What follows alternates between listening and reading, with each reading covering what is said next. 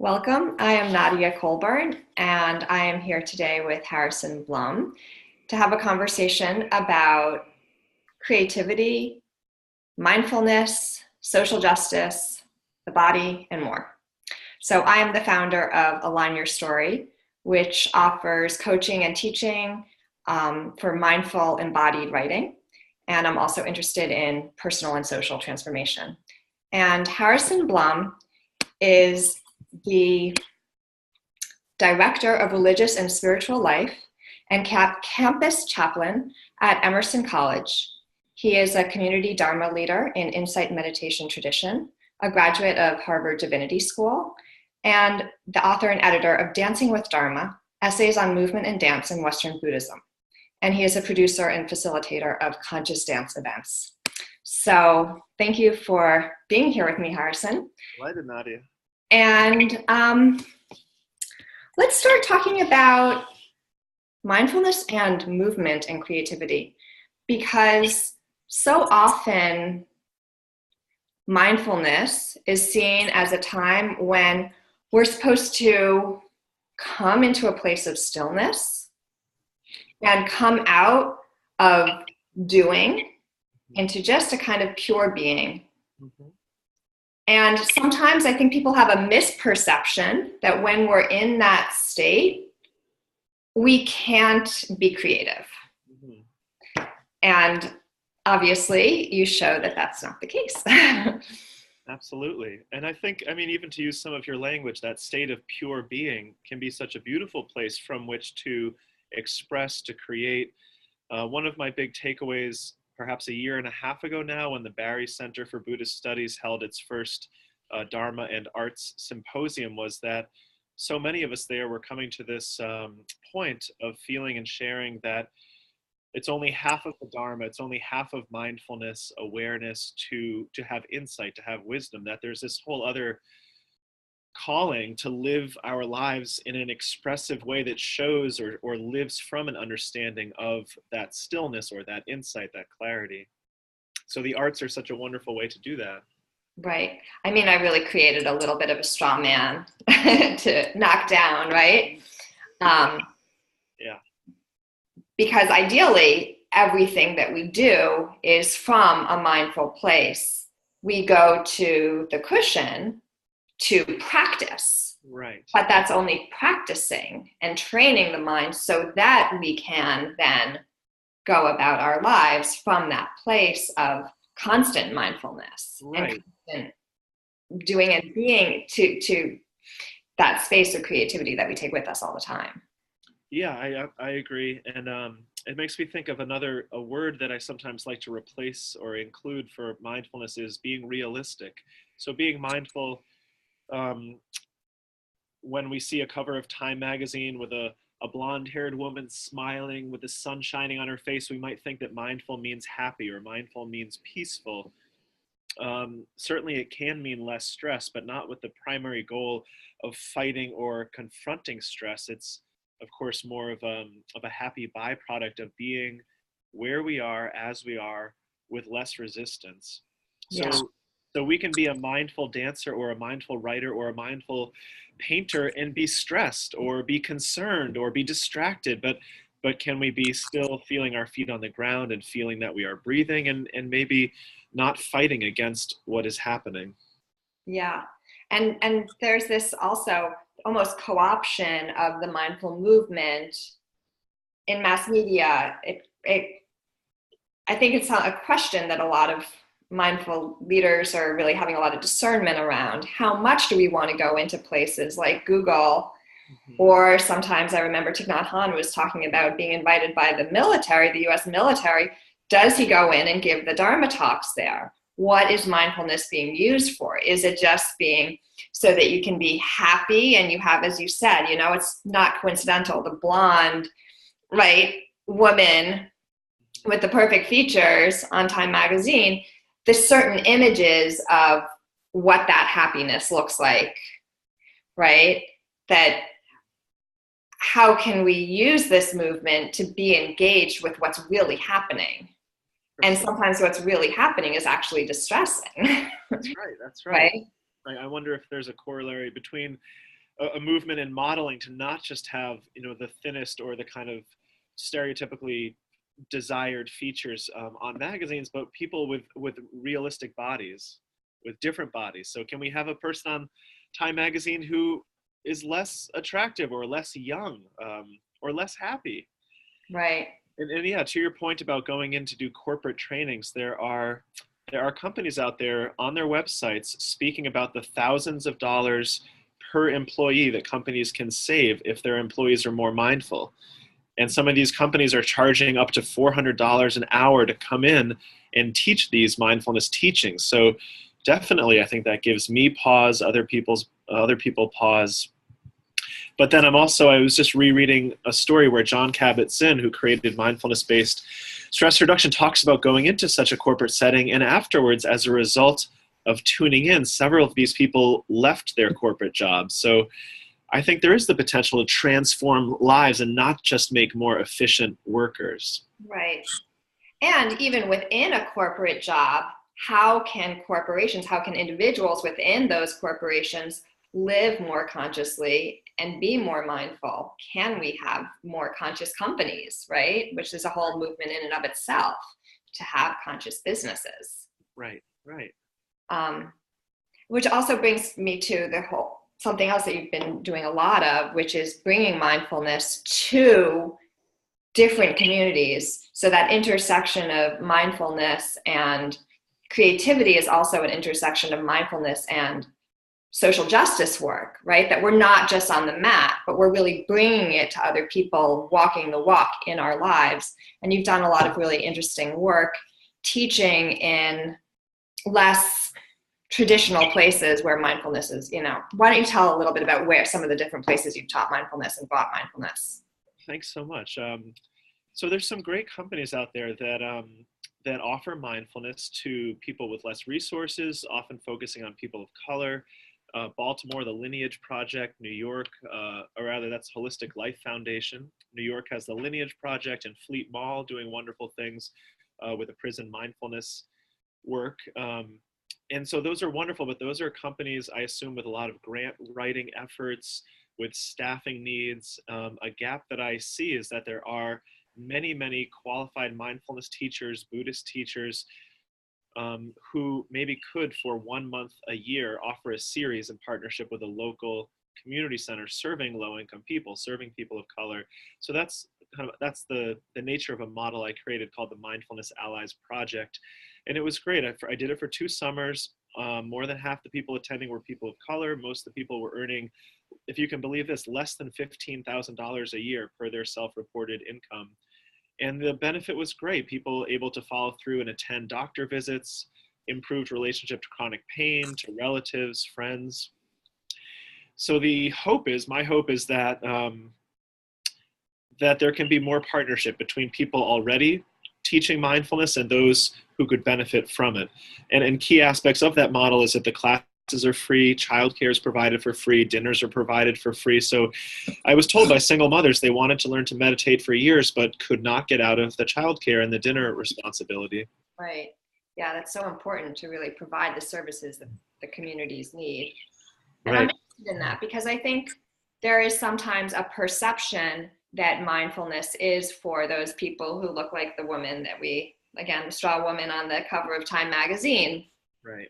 And so it's this, white upper middle class pursuit. When your material needs are satisfied, then you can go drink some nice tea and sit on the cushion. Right. And what has been your experience of the interest in mindfulness in other communities? It's been really high. I think it does help that it's becoming more of a popular term. It is used in the media more. Oprah Winfrey interviewed Thich Nhat Hanh. These things are helping. I think that mindfulness is not going to put food on the table. It's not going to shelter someone. And yet we're at a point where it's well documented that racism causes stress, that stress impacts immune system and increases mortality rates. So quite literally, we could, I think, be saying that poverty and racism kills people. And so let's not substitute material aid with mindfulness, but let's include mindfulness with material aid. Another example, happy to have Emerson College's support, where I'm now working to once a week teach mindfulness at a nearby shelter to the residents of the shelter. So all the people are formerly homeless. They do pay some rent. They live above the floors that serve the drop-in currently homeless folks. And that has been beautiful. One person literally said, "This is my first time meditating in 40 years, and I feel like a weight has been lifted off of my shoulders." Yeah, it's so powerful. And I always think of Thich Nhat Hanh talking about how when boat people were coming and escaping Vietnam, which he was really involved in helping thousands and thousands of people make that passage. And he said that the people who had meditated, had a good mindful practice, were much less likely to die in those boats, because in a case of such high stress, where just rocking the boat a little could tip the boat, and needing to decide where to steer it, that the mindfulness practice, the meditation practice, really helped people stay calm, make good judgments, and get through those literally rocky seas. So I think, yes, it's not going to put food on the table, but sometimes it might give someone the tools to stay through and steer through really rocky times to get to the other side. Right. But without practices, we just don't have as good a chance of getting to the other side. I think that's right. And so it's not a matter of perfect healing, but like with that example, I was thinking of, can someone actually show up to a doctor appointment and get needed medical care or not? Can they show up to a job interview? If they get to a job interview, can they speak relatively well, or are they kind of paralyzed by anxiety or depression? Yeah, I mean, I have to say that this is, I feel like my mindfulness practice has gotten me through some really rocky and rough seas. There are days that I just, and weeks and months and even years, like that I really felt like my mindfulness practice was an anchor and my mind would start racing. I did some really intense healing from some early childhood trauma. And sometimes it just felt like a wave coming over me. And to have that practice, to be rooted in the present, to have a different perspective, to be able to find my breath and come back to it and reconnect with my body. So powerful. So I think so many of us, whatever our situations are, we can experience those times of real rockiness. That's when we need the practice. That's right. Yeah. Absolutely. I hope not to misquote Bruce Lee, but I by several people I've been told that he said that something like, when times are challenging, we don't fall back to the level of our hopes, but the kind of strength of our practice. Something to that effect, which I do appreciate. And so what brought you to mindfulness? I think fascination with what I was reading as a 17-year-old in a world religion class about Buddhism, about humans as part of nature aware of itself, a practice that could increase emotional awareness, mental awareness. I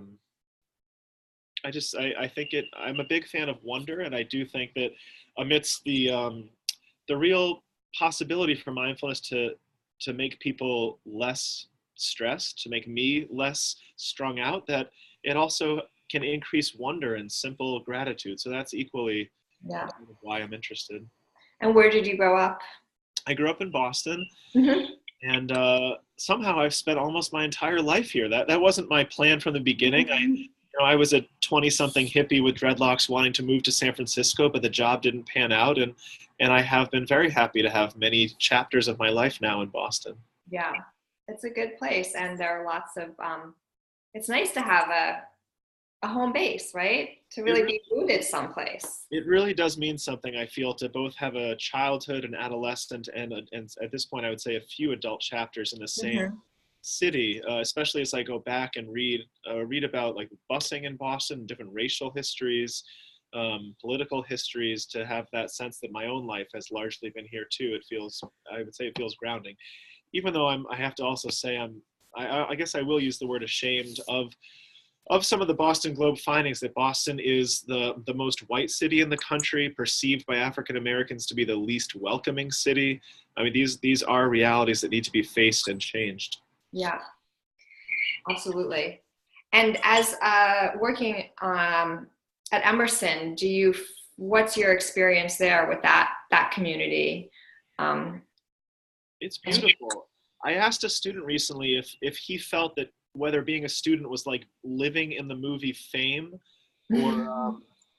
or I'm not remembering it now, but some of these kind of iconic 80s movies about going to art schools or dance schools. And he said probably, but I don't know those movies. But you know, there is a high demand when you have a video project, a choreography project, an editing project going on. It's not a 2-hour commitment. It's often a day-long commitment, a weekend commitment. So the students take on a lot, and I commend them for it. It can build the stress of the environment at times, and it's also life-giving. I think it's a very vibrant school because people are following their creative passions. Mm-hmm.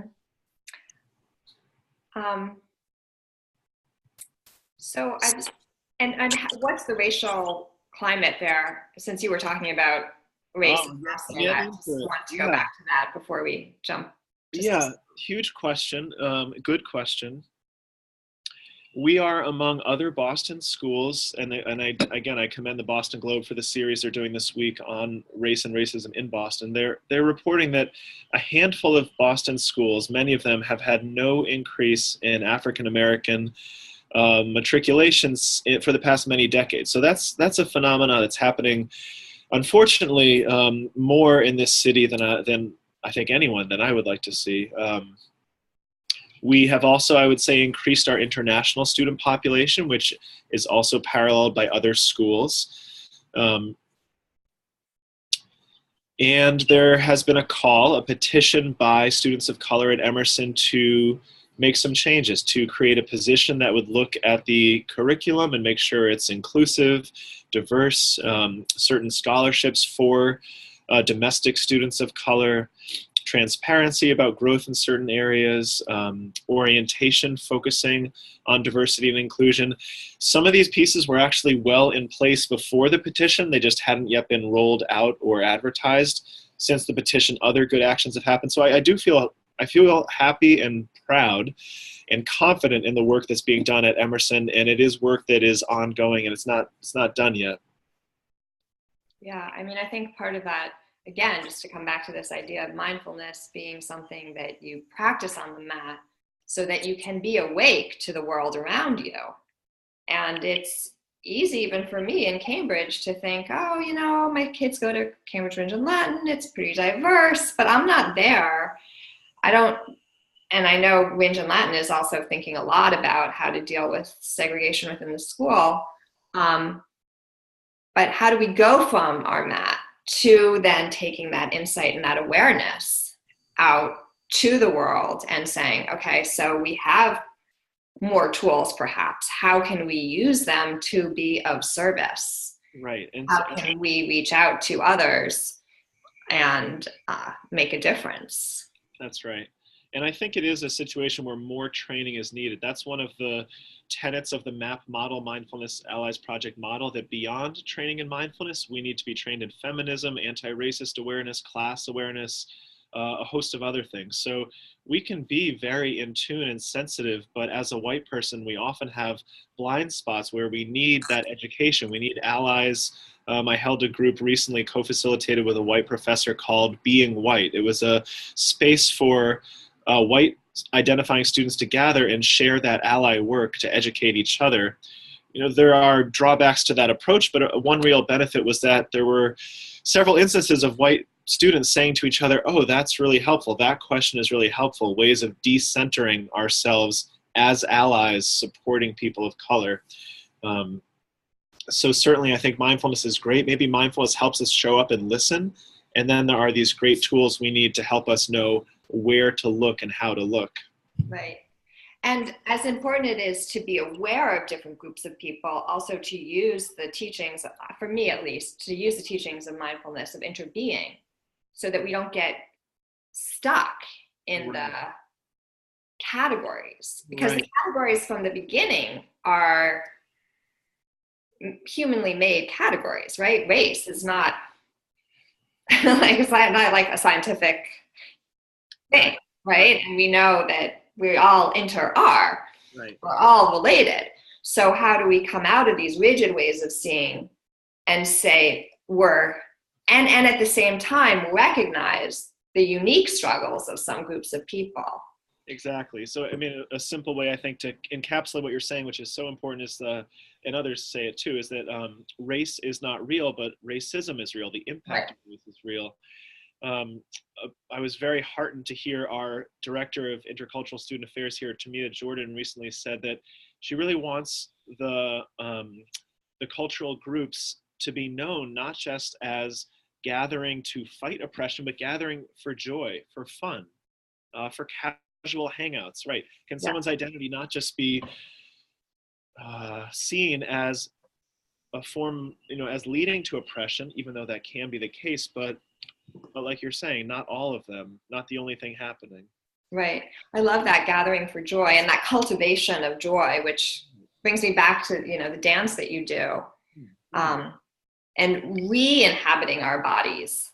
Right. So that they can be places of transformation to have that joy be expressed. Yes. Do you want to talk a little bit about what you do in your mindful dance groups, and also maybe a little bit about the book that you co-edited? Sure. It's a wonderful gateway. I mean, so I think in the West, there is happily talk about widening the gateway, the entryway into mindfulness, into Buddhist practice. And I think the moving body is a lovely way to do that.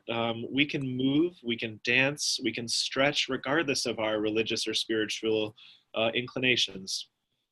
So for a chunk of years, for 3 or so years, I led something called Dharma Jam, which was mostly free-form dance, totally improvisation, also supported by a light structure that aligned with the refuge practice of Buddhism, and also the 3 characteristics of Buddhism of impermanence, interconnection, and suffering would be the traditional definition, but I like to think of it as the ease that's possible when we don't resist change and interconnection. So there was a Buddhist framing of this improv dance event. More recently, the last 4 years, my wife and I founded something called Nectar, which happens twice a month. I would say it's a little more open. There's an opening circle, an invitation, an experience, a movement, a meditation is offered with some guidance that then seeds the way for 75 minutes of totally open improvisational movement and dance. One consistent aspect is that the structure has the music starting very mellow, very spacious, gaining intensity. We do get to a high level of energy, of rhythm, a dance party, and then it brings it down so that by the end, people are lying down on the floor, they're moving slowly together. We close with a seated reflection circle where people can speak about what they experienced. Lovely. And where is that? That's at the Dance Complex in Central Square, first and third Sunday afternoons. Great. It's on their schedule. And we also encourage there not to be talking, so we really try to limit it as a social space and encourage it as a space to embody and express. So the structure is very light, but it is enough. Starting together, ending together, no talking, having an arc to the music. It's enough that it really is a sacred practice.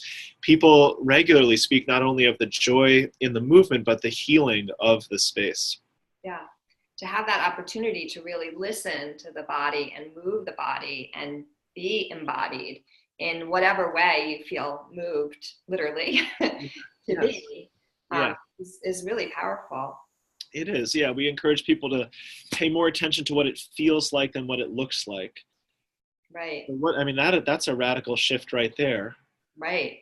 And so many of our stories, because I work with people who are uncovering and sharing and telling and writing their stories, so many of our stories are stored in our body.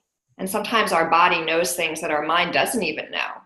So to have that opportunity to really speak one's stories through the body can be really powerful. Absolutely. My wife is a dance movement therapist, so I've really appreciated seeing through her training, through her work, that potential. Certainly, this isn't a facilitated space with that kind of individual attention, Mm-hmm.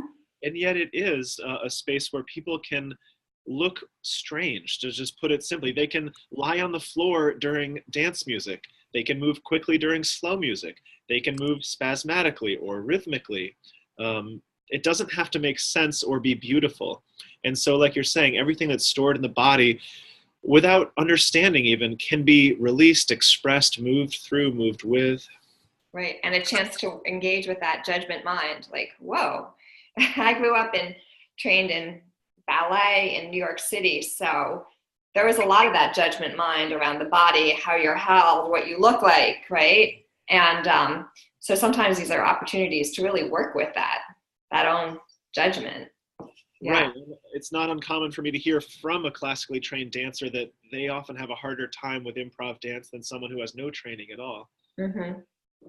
And then you also edited this book about movement.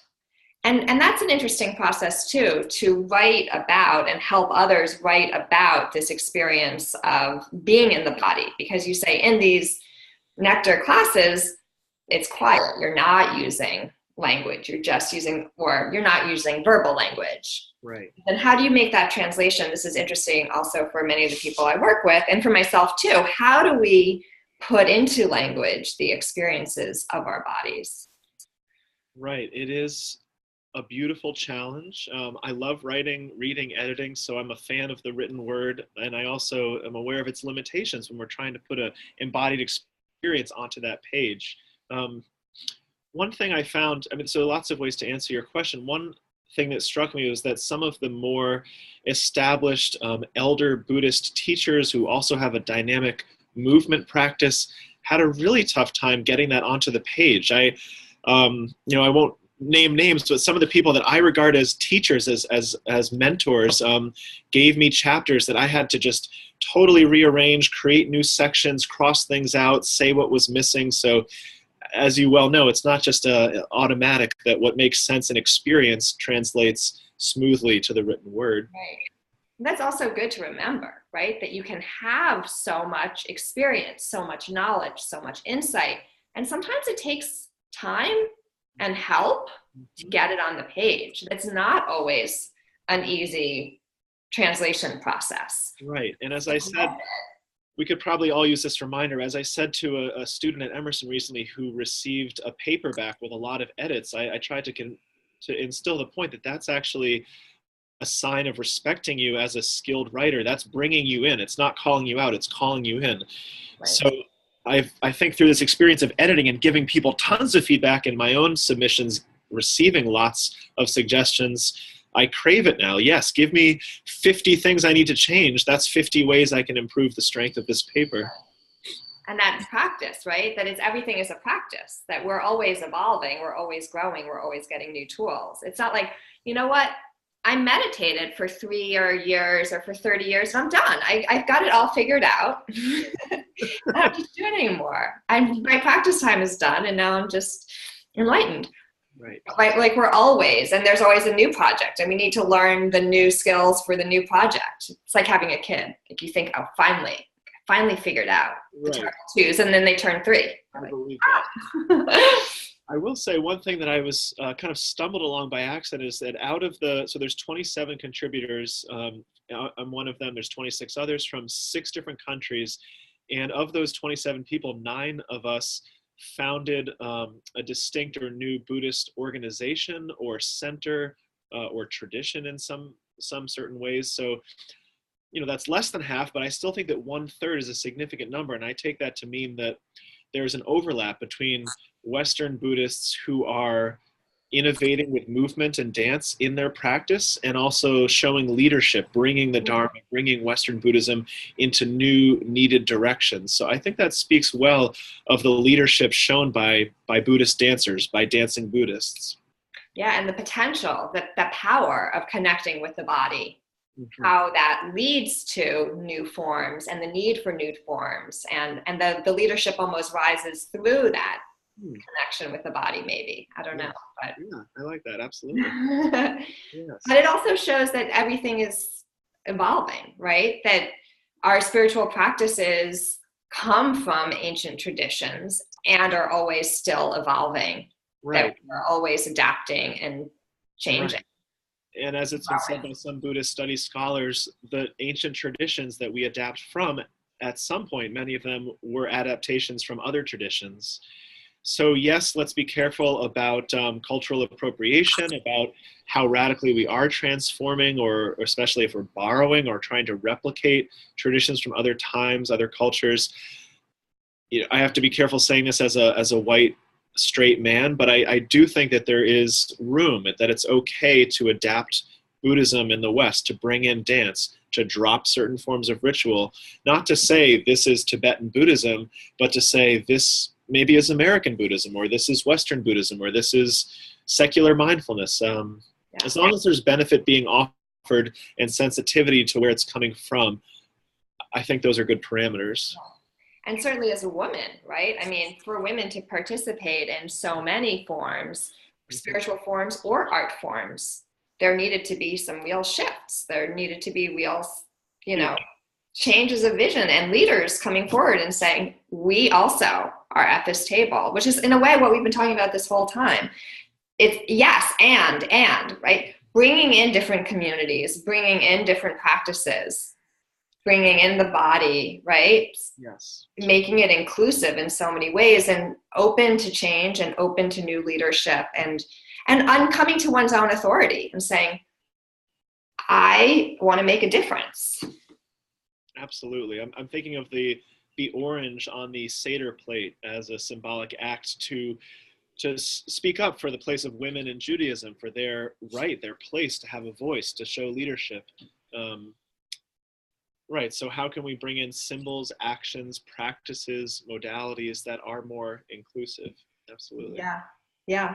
So maybe that's a nice place to kind of leave the listeners with that invitation to go back and learn from the wisdom of traditions and art forms, and to listen deeply to how you're called to participate in whatever way it is that you can bring your embodied practice and your spiritual practice and your social justice awareness into the world, and just show up. Yeah, we're all needed. So I completely agree. What is your voice and how can you share it? That's very true. Yeah. Well, thank you again so much for being here with me. And I'm going to check out some of your Nectar events. So I'd love to see you there. It'll be fun. Thank you again. Okay, thank you.